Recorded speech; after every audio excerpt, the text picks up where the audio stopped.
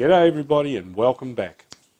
I just want to address fairly quickly, this will only be a reasonably short video, some comments that were made during the exhaust video that I did.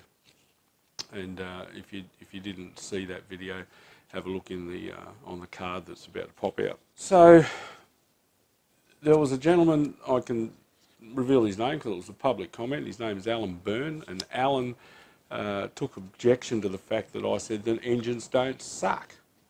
This is what he kind of had to say.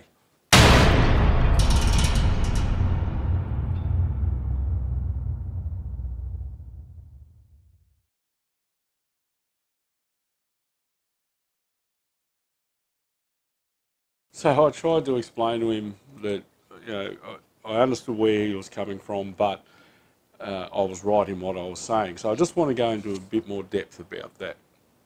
It got pretty heated, and in the end, he just threw all the toys out of the cot and he left. That's all right. Hopefully he'll get to see this. So in order to, I guess what he was hinging everything on, and what he was trying to drive home, was that he looked up a dictionary, and the term suck meant to draw from a higher pressure to a lower pressure.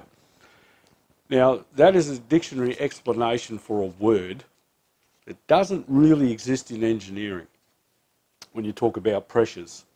It does exist in engineering to the point where, say, you're talking about a refrigeration system or some other fluid dynamics where you have a pump, you have a suction side, and you have a discharge side, and that's about where it ends. When we talk about air in terms of engineering, it is a fluid. We consider it to be a fluid. It is part of fluid dynamics, and it's made up of molecules. So everything around us, all the air surrounding us, is made up of nitrogen and oxygen and argon. They're the three main elements, and other trace gases like hydrogen and carbon dioxide and carbon monoxide and methane and everything else. But when it comes to the composition of air, it is roughly, in round figures, 78% nitrogen. And it's actually N2, so it's a dinitrogen, because the molecules are cojoined. There's two of them cojoined, and they're quite happy like that. They don't want to have any other elements attached to them, and that's important when it comes to pressure. So 78% of what we're breathing, what we're standing in, is nitrogen. And it doesn't matter whether you're at sea level or whether you're at 10,000 feet, it's still 78% by volume nitrogen. And thank God, because nitrogen is it's an asphyxiant. In fact, it comes from the term is to choke. It comes from the Greek word. So it is an asphyxiant. But it also doesn't support combustion. It's inert. It's an inert gas. And so is argon, which is the third largest element that we're in. But the other part, 21%, give or take, is oxygen. And it's actually O2. So there's two oxygen atoms joined together. No, they're not boobs. Stop your tittering. And they actually repel each other, and so do the other nitrogen atoms. They'll repel the other two co-joined nitrogen atoms. And it's a bit like two positive ends of a magnet repelling.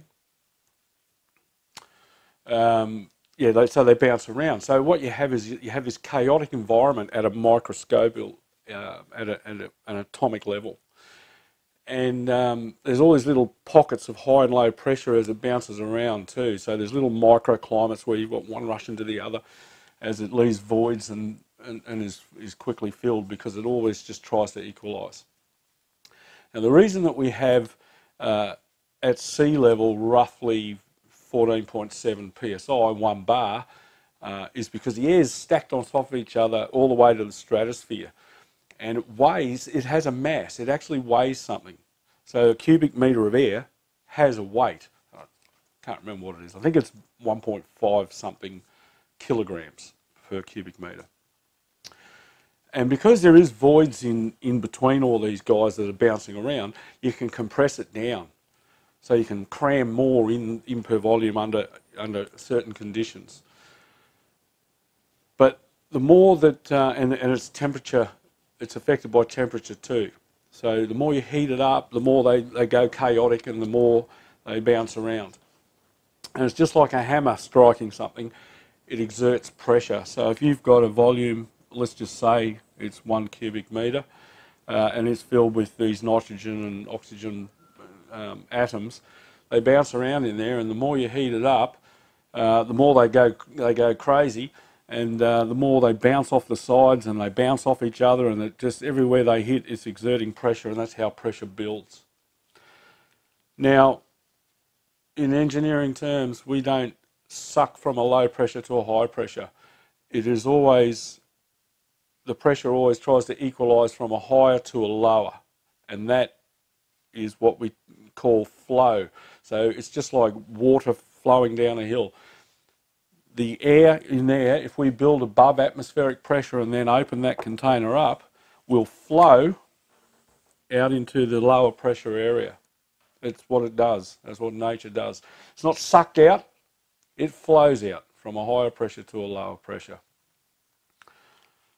And that's what's happening inside your engine as well. It takes an enormous amount of energy, of power, to create a vacuum. So that would exert a parasitic loss onto the engine that is greater than the power the engine can produce. So why would you do that? So the way an engine is designed is that while it's under compression and under compression and under the power stroke, the rings blow out against the sides of the bore, and it helps create a tight seal to contain all that energy.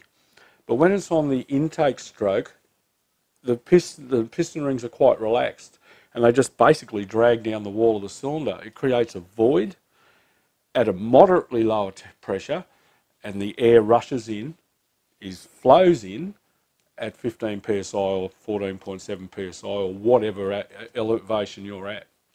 And that's why when you get in higher elevations, extremely high elevations, you can have some issues, because, put it in perspective, if the Earth's atmosphere was all exactly the same density, that is, if it was all at the same pressure, our atmosphere would only be 8.8 kilometres high.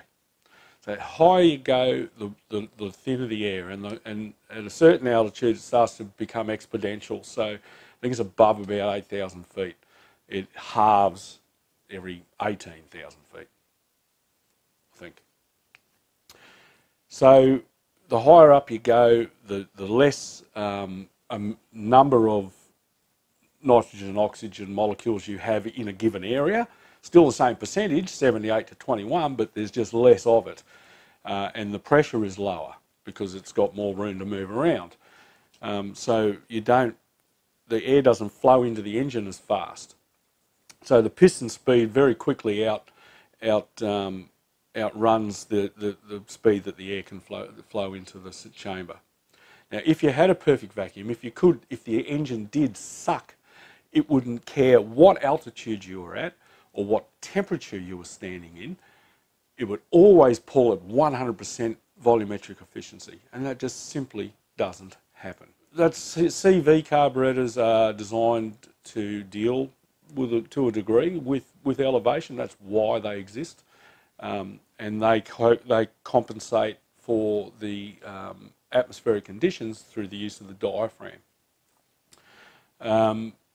Which is why if you've got CV, constant velocity carburetors on your motorcycle, you very, very rarely have to tune them for altitude. You can improve the volumetric efficiency by adding pressure into the engine above atmosphere from equipment like a turbocharger or a procharger, a supercharger, and that will allow you to flow more air at a higher pressure until such time as the engine speed overcomes the volume of air that you can actually put into the chamber. And what it does do is gives you an enormous amount of torque, an enormous amount of power, primarily because not only are you compressing the gases in there and adding more fuel and getting a bigger bang, but you're also purging the cylinder a lot better by over-pressurising and blowing all those exhaust gases out during the scavenging effect of the overlap on your cam. And that means you don't need to have as detailed an engineering design on exhaust systems or, and even intakes to a degree, because it's compensated for by the amount of pressure that you're putting in. So Mr. Byrne, I hope that wasn't too cheeky. You're welcome to come back and comment on this and tell me that I'm wrong.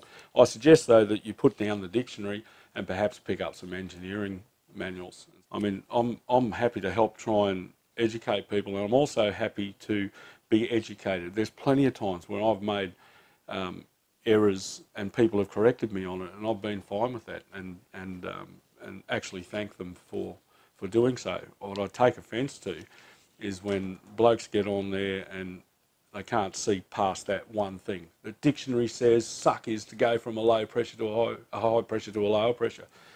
Yeah. And that's what you do when you suck on a straw, he said. You know, like, yes, your lungs, all they do is expand.